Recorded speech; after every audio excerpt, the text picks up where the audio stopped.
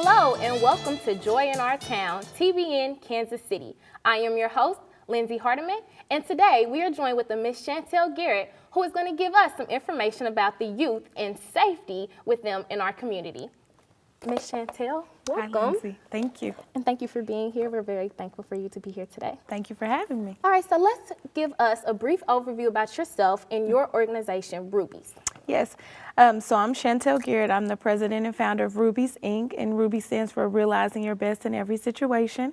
And we are an organization who provides mentoring programs and services to girls, especially those that aspire to be first-generation college graduates in their family. All right, wonderful. And what do you believe are some main safety concerns with the young girls in our community? One of the safety concerns, which I recently came across, we did a conference and we had a session on this, is sex trafficking. We are a thoroughfare for sex trafficking because we have one of the major highways, which is I-70. So one of the concerns for girls is definitely sex trafficking. And I know that's a more national issue, but that is definitely one of the issues. And in addition to cyberbullying, low self-esteem, all play a part into the safety and well-being of our young girls. And now that you mentioned cyberbullying, is there any way that R.U.B.I.E.S teaches these young girls how to portray themselves on the internet and use the internet safely? Definitely. So we did a workshop on cyberbullying and how to avoid it, and we had some police officers come in who deal with that demographic and some of the issues and some of the things that come out of cyberbullying and how to prevent it and how to work around it and how to file complaints if needed. So we most definitely expose the girls to opportunities to learn more about cyberbullying and how to deal with those things. Okay, so your organization does have different guests come in to teach them about themselves, but is there any other way that R.U.B.I.E.S teaches them how to be safe in the community? We just try to make sure that our girls are aware of themselves and their presence, and just through talks, through mentors, allowing them to understand the detrimental things that they can do to themselves, hanging with the wrong crowd, how to prevent being in certain situations around drugs and violence, and how those things can turn into really bad situations. So you would say that the main thing is to be aware? Yeah, definitely. Be aware of yourself, be aware of your presence, be aware of everything that's around you so that you know that you are in a safe place, and sometimes not even putting yourself in those sketchy situations. All right, so how do you teach them about self-worth, love, and determination amongst being aware of themselves in the community? Mm-hmm. So one thing that we do at R.U.B.I.E.S is that we are like a family. We really love on our girls, let them know that they're appreciated, regardless of their size, shape, look, skin complexion, all those things, and that they are loved in R.U.B.I.E.S. And so we hug on them. We do workshops about self-esteem and self-awareness and all of those things, mind, body, and soul, and how they all play a part with each other. You got to take care of yourself holistically, right. And you got to appreciate yourself first before you can before someone else can appreciate you. And so dealing with teen girls, I think sometimes we're oblivious too, but there are some that are having sex prior to marriage and things like that, and we try to talk with them about abstaining and not doing those things, because then they can lead to other things that sometimes are incurable, or children and things like that. So, right, does R.U.B.I.E.S host any type of events about self-appreciation and being aware of anything like that?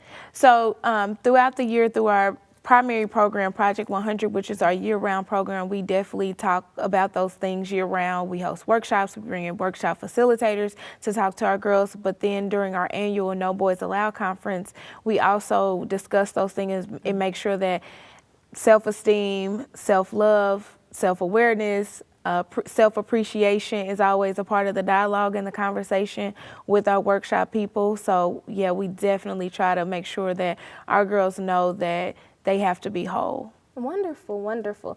Okay, so you said that you like to give them a family feel when they're at R.U.B.I.E.S. If they are in an unsafe situation, say they don't feel safe at home or maybe they don't feel safe at school, do you provide these girls with resources? Yeah, definitely. We do have resources out in the community that do some of those things. So R.U.B.I.E.S is not an end-all be-all program. We're not a safe home or anything like that, but there are resources that if needed we could point them to that provide prevention and safe places and counseling and things like that. All right, well, thank you. And we're going to take a moment to put some information on the screen. If you or do you feel unsafe or you know any young girls in the community who would like to reach out to the R.U.B.I.E.S Inc., please give them a call at 816-607-1031, or you can visit the website to gain more information and insight at rubisinc.org. Again, that is rubisinc.org. All right, so you've given us a great lot of information about what R.U.B.I.E.S does to help these girls be safe in the community. But do you give them type of insight or events or anything like that to help them with problems they'll face in the future? In unsafe situations, yes. So we tried to, like I said, we did the one on cyberbullying as well as sex trafficking. And so a lot of girls were not aware about the sex trafficking being a big issue, but so many girls in the statistics and the numbers show are getting caught up in that life. And it is right here in our back door. So for them to be aware that, hey, there's no longer a guy in a van that's like, you want a sucker. It's really extensive, and it's easy to get caught up in that lifestyle if you're not aware and you don't know that you're worth more than that, that you should appreciate yourself more than that. And just to be aware and to have the data and understand that this is going on brings awareness to those girls to say, hey, okay, this is bigger than me walking down the street, that this is something that's happening, and this happens to girls right here in our back door. So providing them with resources like that, providing them with opportunity to really be aware of the safety issues and concerns in our city, in addition to some of the areas, the neighborhoods as well, in which a number of our girls live in those areas, how to be safe in those areas with the crime and violence that's going on as well. All right, so we've talked a lot about the girls in our specific area, in our community, but does R.U.B.I.E.S work with collegiate girls? With the safety, yes. When they attend the conference, yes, those same workshops are, the collegiate women can participate as well. So you get them prepared going off, that they're not, they're not with mom and dad anymore, they're off on their own. So how do you prepare them to be safe on college campuses? Yeah, just to be aware of the dangers of college campuses. And I think that goes a little beyond just the cyberbullying and things like that. It's a little bit more extensive with the drinking and the possibility of utilization of drugs and things like that. And them just being aware, date rape is a big concern on college campuses. So them just knowing and being aware of their surroundings and who they're with and what they're doing. Because you can prevent a lot of safety issues and concerns if you're aware of your environment and the people that are in your environment. Right, just like you said, be aware of your surrounding. Yes. All right, and do you think it's important for girls, young girls specifically, to learn self-defense? Oh, most definitely. I would love for us to be able to reach out to an organization, or if somebody has resources to provide our girls with a safety defense class. I think that would be an awesome session to have. So in the future, you do plan to hopefully get a self-defense class going there? Yes. That's wonderful. And how do you think as a community we can work together to enlighten our girls and let them know, be aware of your surroundings at all times? How as a community we can work together to keep these young girls safe?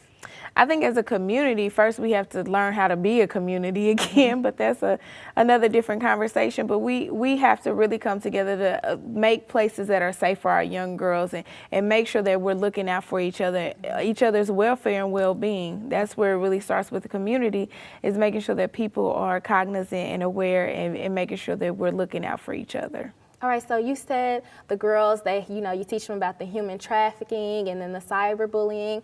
What about gang violence? I know that a lot of gang violence can be aimed towards the young men in the community, but have you seen any situations with the young girls instead? We have not. I have not seen it with the R.U.B.I.E.S girls, but I know that it does take place because girls are recruited for gangs just as highly as young men are. And I think an expert from probably the police department or something will say that a woman is typically involved in some transaction when it is dealing with high-level gang violence and drugs in our community. So I know that it is very much so there.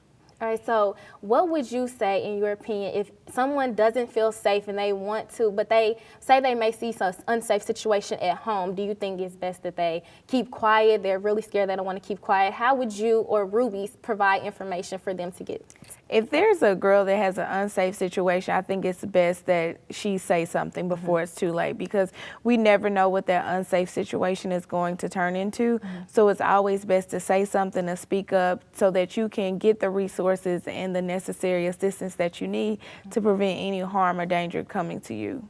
Okay, so say these girls are not necessarily a part of R.U.B.I.E.S, but they have a friend that's a part of R.U.B.I.E.S, but they're not in the age group to be a part of R.U.B.I.E.S, and they want to feel safe. Is there any way they can get involved with you? Yeah, definitely. We have some sister organizations that we work with as well. So if they're not within the age range to be a part of R.U.B.I.E.S, we work with a number of sister organizations that mentor, our mentoring services as well for middle school age and some other different areas with female mentorship. So we're always willing to refer and get these girls involved in a program. All right, and who is involved with these mentor programs? Is it older women in the community that can come back, or is it young girls that are at a collegiate level that can give back to these girls? Oh, most definitely. We always want our collegiate girls to come in and chat with our girls and be a positive influence. But our core group of mentors are just women in the community that are all ages and all different life experience, that really have devoted their time and their weekends and to really be an influence to these girls and provide them with a positive role model, and they are just really there for the girls. So it's phenomenal to see our core group of mentors that are constantly impacting the lives of these girls. All right, and what type of success results have you seen with this R.U.B.I.E.S incorporation? We've seen girls that are in college, on their way to graduation. We've seen girls with self-esteem rise. We've seen girls that have constantly went from different attitude of, I don't want to be here, my mama's making me be here, to I can't wait to come here. So it really is that to see the girls constantly progress, to see the girls constantly work on themselves, to see them in ACT prep and raising their ACT scores so that they can get in college and get scholarships is so phenomenal. So along with being aware, you also believe that self-esteem is also a key core in being safe in the community as well. Most definitely. That is wonderful. Most definitely, yes. All right, for those of you who are just now joining us or may have been watching us this whole time and you would like to get more information on how to be involved or get your young girl involved with the R.U.B.I.E.S Incorporation, you can give them a call at 816-607-1031 or visit the website at rubisinc.org. Again, that is rubisinc.org. All right, Chantell, and in closing, if the world were yours, how would you build the community to be safer for young girls, even older men, older boys, just all of us as a whole? I think for a safer community, if the world were mine, I would probably go back in the day when people cared about each other and knew their neighbors, to love one another, looked out for each other, and somebody's grandma was on the porch telling on somebody, and that was community. And people really looked out for each other, looked out for each other's home, their children, their well-being. They knew each other. You know, nowadays you can go to a neighborhood and the neighbors do not even know each other. So I would go back to a time where neighbors knew each other's first and last name, and they cared about each other and each other's children and their families, and they had that one grandmother on the porch that was keeping a watch on the neighborhood.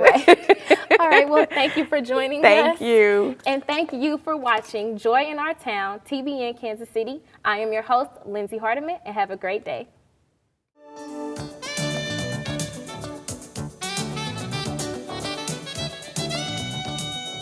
Hello, and welcome to Joy in Our Town, TBN Kansas City.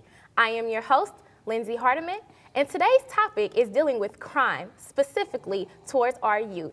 And joining with us today, we have a member of Mothers in Charge organization who is going to tell us about how her and her organization is working to raise awareness about this issue in our community.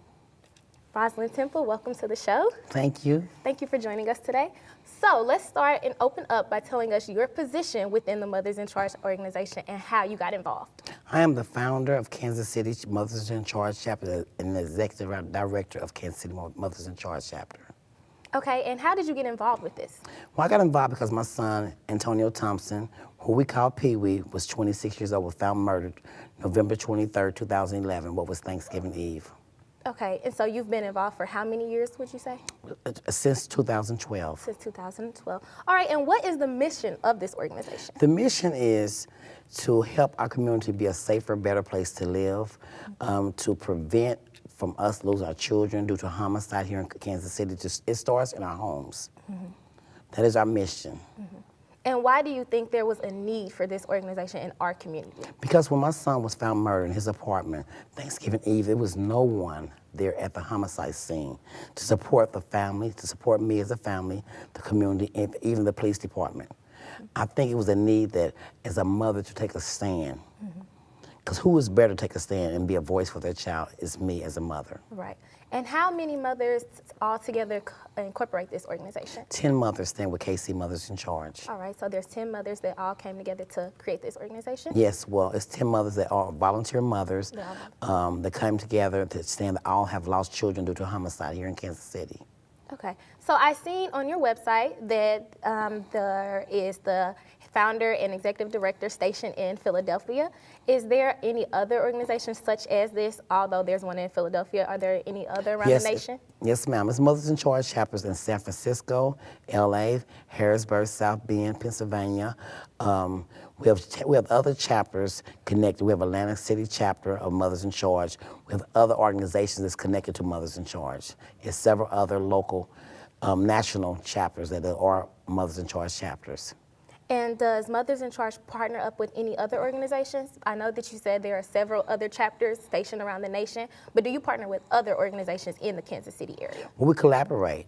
Any organization that need Mothers in Charge to be a part of anything that they're doing in our community, we collaborate. We come together, we take a stand. At one point in time, we was all together as one. We was under the roof of Ad Hoc Group Against Crime. That was our house, that was under the umbrella. But then we stepped out in 2014 and became our own independent entity as KC Mothers in Charge. All right, so let's say this incident did occur. How does your organization respond to homicides? When a homicide occurs, a sergeant from the homicide that's on murder squad will give me a call and let me know where the homicide is at, and I get in my car and I go out there and support the family and the community and the police department. All right. I walk them to the different situation of what is going on with the community, what is going on with the investigation. The sergeant will come and brief me and tell me what things they can tell me, what things they cannot tell me. So I'm able to tell the family what maybe they wait on a search warrant, wait on a crime scene that's going to take a while, how long it's going to take, and who I need to connect with the police department that maybe have some information due to this homicide. So the police department always contacts you about the homicide? Every homicide, I'm called out to every homicide. Oh my goodness, so roughly in a day, how many calls can you receive? Is it a certain amount? Like, what is your estimate? Well, one year, I want to say last year, I was calling 3 times one night. Got back home within probably 10, 15 minutes, it's another one. Last year was 3 homicides back to back. I was called out 3 times that night. Over Labor Day this year, we ended up having, I want to say 8 homicides. Oh my goodness. So I ended up going to all homicides. I had over no more than 6 hours of sleep during the whole Labor Day, from that Thursday all the way to that Labor Day. All right. Homicides. Okay. Does Mothers in Charge host any visuals? I know that you said that the police department will contact you and you're going to help the mothers or the family that's going through it. Are there any visuals that you all host? Yeah, after homicide occurred, after I've been to the scene and in contact with the family, the next day, as Mothers in Charge, we go out there and do an intake form. Intake of who the head of the household was, if it was married, if it was the mother, get her name, get the father's name, who to contact. We get the loved one name, how old the loved one was, if he had any more children, if he have children, if he has siblings, normally who was the lead detective, make the connection, make sure the families are connected with the detective for any information. And after that, if a family wants a visual, we do a visual at request. Okay. But Mothers in Charge, Kansas City Mothers in Charge, we're canvassing mothers. We would go back into neighborhoods where homicide have occurred. After it's been a homicide and the community is not speaking out, we would go back in that neighborhood, that same neighborhood, and canvass and knock on doors and let them know that we are mothers that have been victimized by homicide. We're there with the Kansas City Police Department. Homicide team is there also. Because if somebody want to speak about a homicide, they're going to speak right then and there. So we're canvassing mothers. We go out and get more answers after homicide have occurred. All right, and I know that you said that the visuals happen upon request. Do you get that often, or do you just mainly work to just comfort them, or does that happen? We get that very often.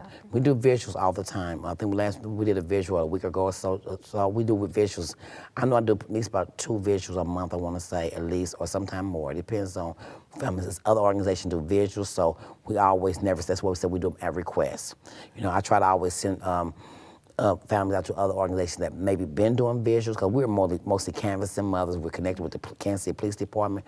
We also connected with the advocacy group for KC Nova, No Violence Alliance, and Focus of Deterrence Program, focus at-risk offenders, at risk of being a homicide victim or committing a violent crime like a homicide. So they're trying to help individuals in a different way of life. All right, so let's take a few moments to put some information on the screen for our viewers at home. If you are just now joining us, or you would like more information about Mothers in Charge organization, you can give them a call at 816-912-2601, or visit the website at kcmothersincharge.org. Again, that is kcmothersincharge.org. All right, so how does your organization work to educate the community about this violence prevention? We educate the community. We go into schools. We speak to youth in school, even elementary school, children.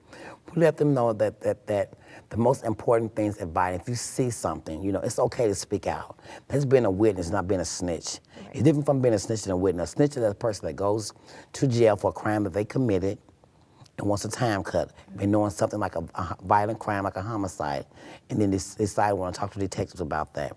A witness is a person witness a violent crime in the community, a witness a crime period in their community, in their home, is just come and step out and tell them what you have seen. So we educate. We also go into prisons. We speak to the offenders that's finna re-entry into our community to let them know that it's a better way of life. That, you know, connect them to a better source, like I said, KC Nova, what they're doing. It's all coming together. All law enforcement. It's not all law enforcement. It's the mayor, chief of police, Jean Peter Baker, prosecutor, ATF, Tammy Dickerson, probation and parole, the community. We're all coming together on one accord. You know, it's never been done in Kansas City, and it's something that needs to be done where we can help these offenders coming back out and re-entry in our community, help them to get a job, maybe education, drug treatment, training, housing, transportation. So we're there doing a social services piece also. All right. So you said you go into schools, you go into prisons and everything. Are there different events or conferences you have to also let the community be aware? Just you want to, you know, set up in the middle of a street somewhere and just raise well, awareness? we also, what Mothers in Charge do, we have like a meet and greet. Okay. We do a meet and greet. We're doing that quarterly, where we have like come out with food, refreshments, and maybe a DJ. You know, because we don't want everything to be sad. Because we always miss our children. Mm-hmm. You know, it's been like I said, it's a hard time right now for me coming up to Thanksgiving and missing my son, going on 4 years. So we do the meet and greet where we invite families to come out. We call over 50 mothers weekly. Prior years, this year, homicide mothers have been, lost their children. We ask them, is there anything we do? We go to court with families. We support with their court. We don't do what Jackson County Advocate do, but we sit there and just hold their hand as a mother. We support anything we can do for mothers. The meet and greet, we come out, have food, we dance, we meet, we have fun, you know. We do events, we're part of UMKC. We was a part of UMKC Criminal Career Expo. We was a part of that this year. We're part of that the last 3 years, we've been a part of that. So we go out to informational tables, you know, let them know what we're doing in our community. I always try to have the media there. People know, because without the media, you know, people would not know, you know, about what we're doing. So we try to have all these people out to support, they can see what we're doing as Mothers in Charge. Mm-hmm. Just as mothers, it's so unique that we walk in our pain and grief every day. Exactly. Some days it's hard to get up, but I keep getting up because I trust God. Mm-hmm. That's wonderful. All right, so you've spoken to us about everything that your organization does to help victims and families of this incident for the homicide. But what do you think is the main cause of these crimes in the Kansas City area? I think it starts in our homes. I said that from day one. You know, I have to go back to look back in my home. I had a chance to surrender my life to God in 2007, so I know it starts in our home. You know, and like I tell my son, my youngest son just moved out almost a year ago now. Like I told him, ain't no room in my house is private. You know, my house, don't put no sign on the door, you can't go in, it's locked, it's private. No, I think if we pay more attention to what our children do. And go in the child room, look under the mattress, look in the closet, under the bed. You might find some things that maybe we can save a life or save someone else's life. Because I think it's our choices that they make, the people they are connected to, they hang around with. A lot of our children wants to be in, fit in. We need to fit in where we can, where it's best to fit in. So I think that's more starting in our homes, educating in our homes. And then us loving on each other. Exactly. People love on people where they at, helping someone, saying a kind word, stopping someone that day and say, well, how you doing? Smile at them. You just never know where that person was in their mind at that time, what they was about to do.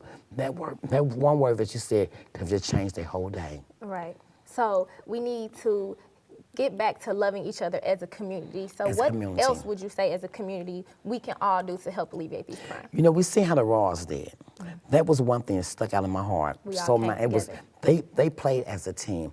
As all communities in Kansas City, we all come together and bring the unique piece that we got to bring to the table and work together so that everybody doing separate things.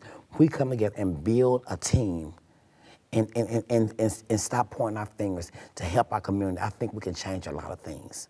The R.U.B.I.S was the best example, how they did 2 years straight and worked as a team, and look where they're at today. They won the World Series. Exactly. All right. And do you all accept volunteers, or how can someone get involved with this organization that's not, say, a mother of a crime? We don't want, that's the thing. We're finding our new norm. This is a new normalcy for us. We don't want it to happen to you. So you don't have to have been victimized by homicide. We want you to come and volunteer. We have volunteer applications we do. We do training for volunteers. We have a manual that we do training. Even youth, you can be young and come and volunteer and train. We have volunteers. We have just people want to service us, just want to come and support us, You don't have to wait. We don't want homicide to happen to you. So come before it happens to you. I don't want to even say before it happens to you. We don't want it to happen to you. We'd like for you to come. You don't have to be a mother that's been victimized by homicide, no. Okay. All right, and in closing, I know that you say you've been involved with this since 2012. What kind of relief do you see from this? Like, what do you take away from working with this organization? It keeps me to live, to breathe sometime another minute, sometime another hour, just by me helping another mother or family. They go into their mother or family and just hugging them and know I understand your pain. Right. That's what it does for me. All right. Because there wasn't no one there to do it for me. But I know that's something that we needed in Kansas City, so that's what I took on, to be there for the next family, the next in our community that's going to happen, because we are allowing it to happen. And that's the way this world has set up. It's just happening.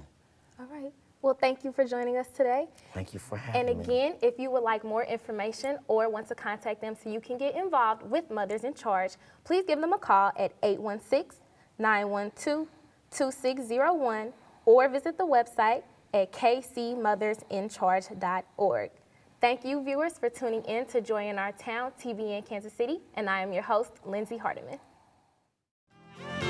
This program has been sponsored by the Trinity Broadcasting Network and made possible by your telephone dollars. Your continual support can keep Joy in Our Town brought to your home every day. So write Joy in Our Town, P.O. Box A, Santa Ana, California, 92711.